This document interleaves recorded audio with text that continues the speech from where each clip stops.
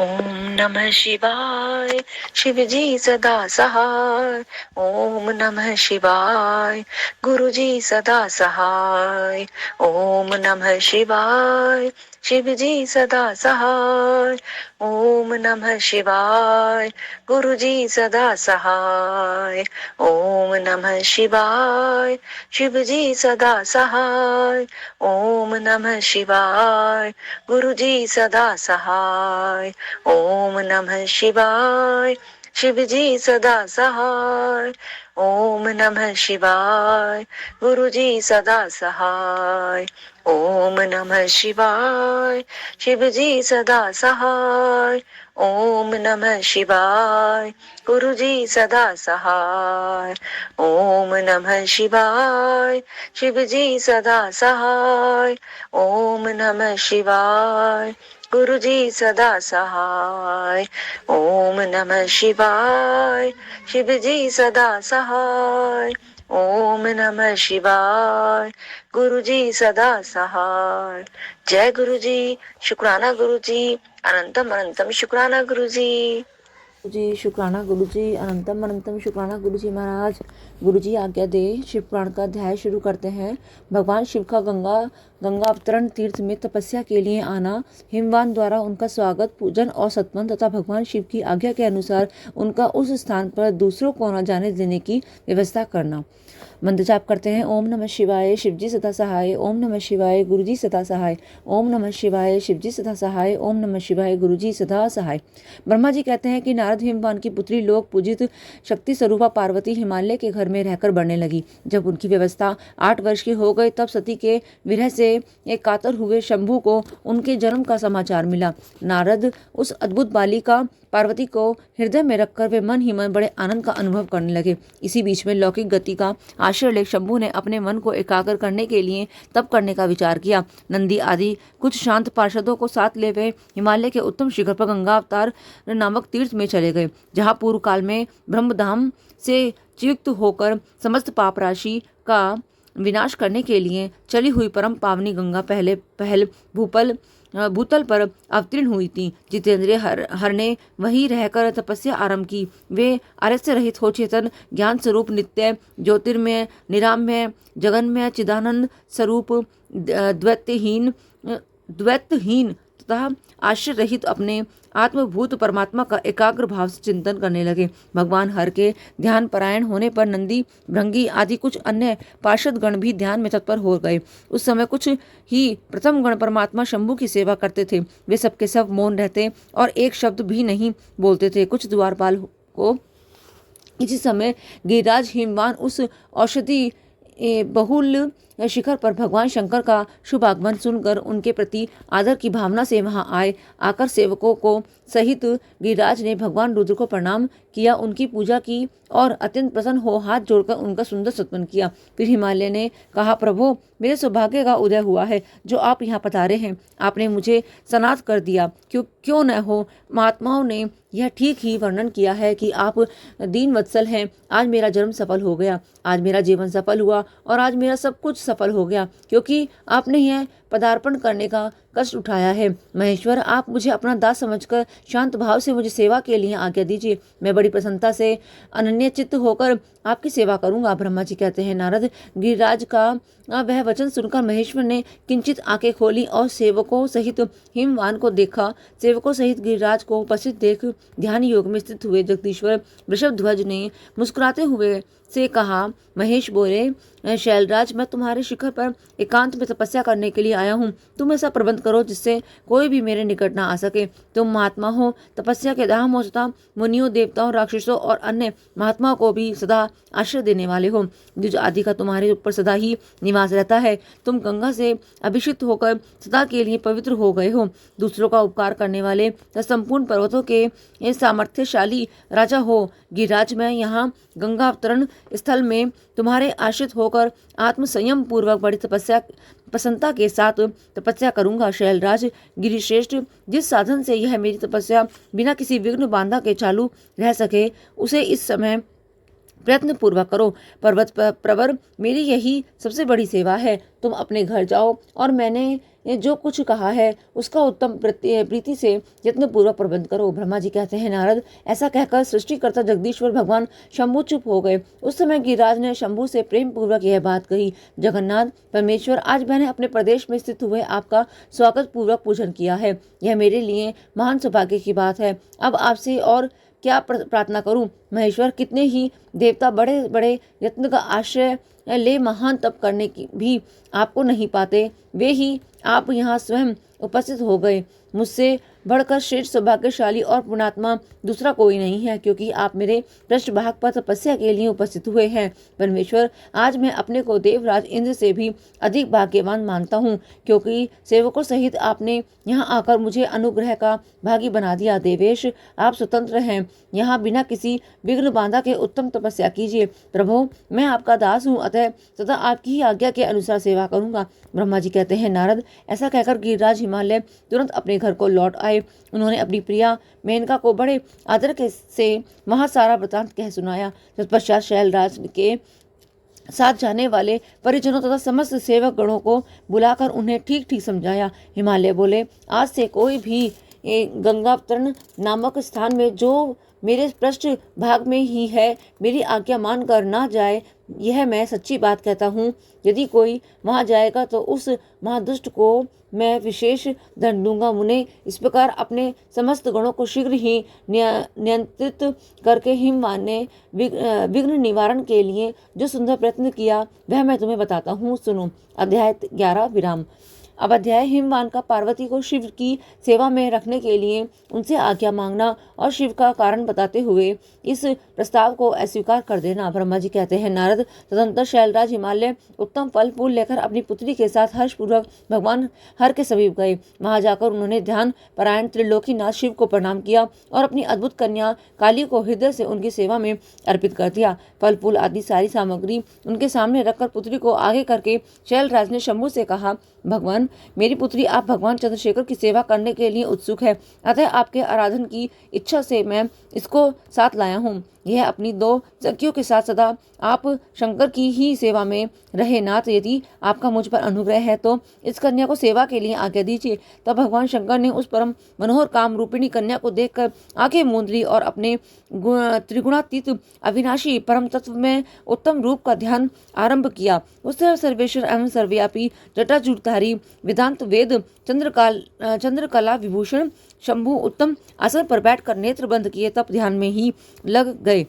यह देख हिमाचल ने मस्तक झुकाकर पुनः उनके चरणों में प्रणाम किया। यद्यपि उनके हृदय में दीनता नहीं थी तो भी वह उस समय इस संशय में पड़ गए कि न जाने भगवान मेरी प्रार्थना स्वीकार करेंगे या नहीं। वक्ताओं में श्रेष्ठ गिरिराज हिमवान ने जगत के एकमात्र बंधु भगवान शिव से इस प्रकार कहा कि हिमालय बोले, देव देव महादेव करुणाकर शंकर विभो, मैं आपकी शरण में आया हूँ, आंखें खोलकर मेरी ओर देखिए। शिव सर्व महेशान जगत को आनंद प्रदान करने वाले प्रभु महादेव, आप संपूर्ण आपत्तियों का निवारण करने वाले हैं। मैं आपको प्रणाम करता हूँ। स्वामीन प्रभु, मैं आपकी इस पुत्री के साथ प्रतिदिन आपका दर्शन करने के लिए आऊंगा, इसके लिए आदेश दीजिए। उनकी यह बात सुनकर देव देव महादेव महेश्वर ने आंखें खोलकर ध्यान छोड़ दिया और कुछ सोच विचार कर कहा। महेश्वर बोले, गिरिराज, तुम अपनी इस कुमारी कन्या को घर में रखकर ही नित्य मेरे दर्शन को आ सकते हो, अन्यथा मेरा दर्शन नहीं हो सकता। महेश्वर की ऐसी बात सुनकर शिवा के पिता हिमवान मस्तक झुकाकर उन भगवान शिव से बोले, प्रभु, यह तो बताइए किस कारण से मैं इस कन्या के साथ आपके दर्शन के लिए नहीं आ सकता? क्या यह आपकी सेवा के योग्य नहीं है? फिर इसे नहीं लाने का क्या कारण है? यह मेरी समझ में नहीं आता। यह सुनकर भगवान वृषभध्वज शंभु हंसने लगे और विशेषतः दुष्ट योगियों को लोकाचार का दर्शन कराते हुए वे हिमालय से बोले, शैलराज, यह कुमारी सुंदर कटि प्रदेश से शोभित तनवंगी चंद्रमुखी और शुभ लक्षणों से संपन्न है, इसलिए इसे मेरे समीप तुम्हें नहीं लाना चाहिए। इसके लिए मैं तुम्हें बारंबार रोकता हूँ। वेद के पारंगत विद्वानों ने नारी को माया रूपिणी कहा है।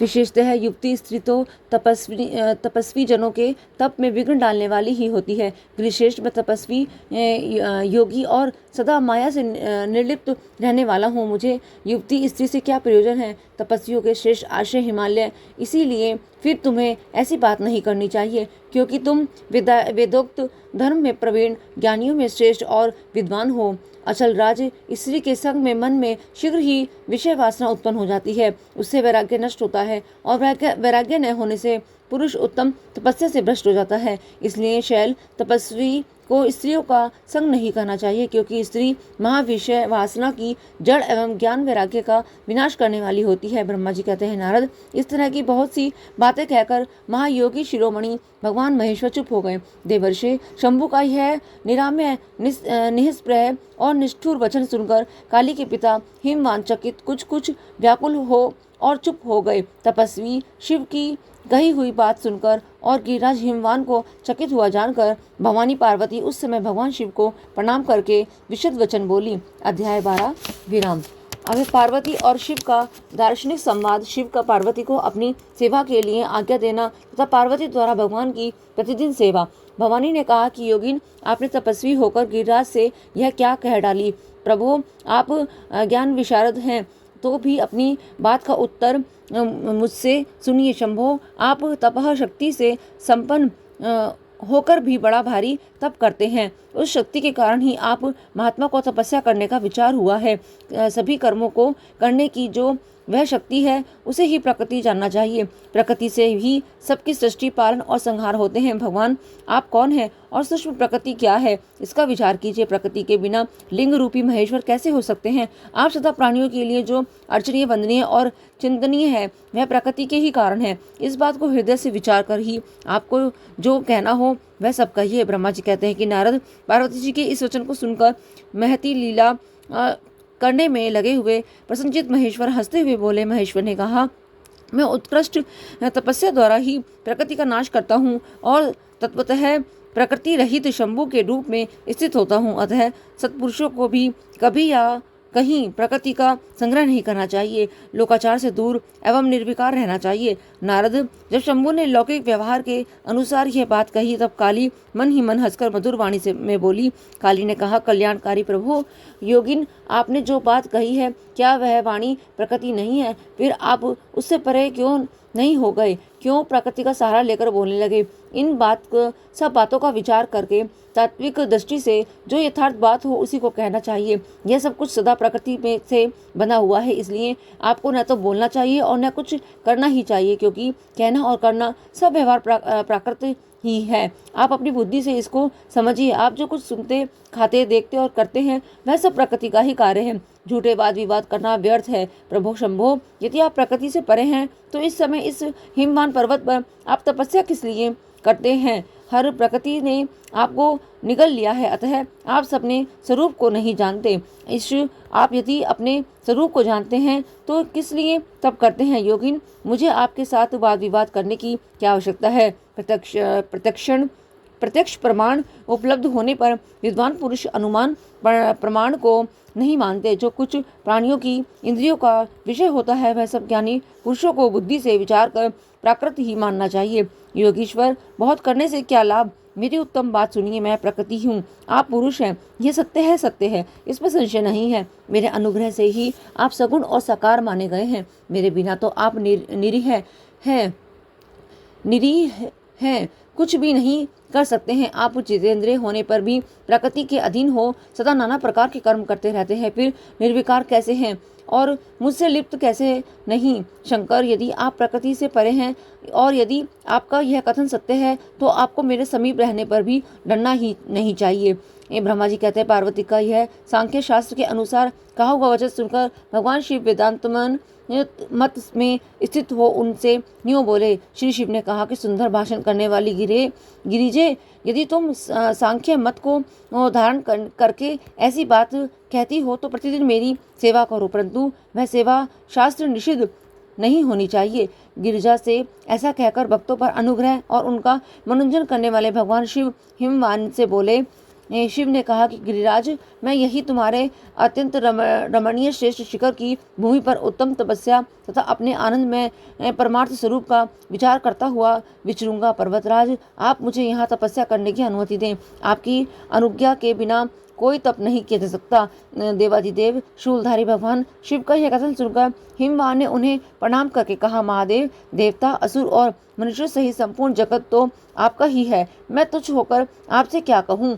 ब्रह्मा जी कहते हैं, नारद, गिरिराज हिमवान के ऐसा कहने पर लोक कल्याणकारी भगवान शंकर हंस पड़े और आदरपूर्वक उनसे बोले, अब तुम जाओ। शंकर की आज्ञा पाकर हिमवान अपने घर लौट गए। वे गिरिजा के साथ प्रतिदिन उनके दर्शन के लिए आते थे। काली अपने पिता के बिना भी दोनों सखियों के साथ नित्य शंकर जी के पास जाती और भक्ति पूर्वक उनकी सेवा में लगी रहती।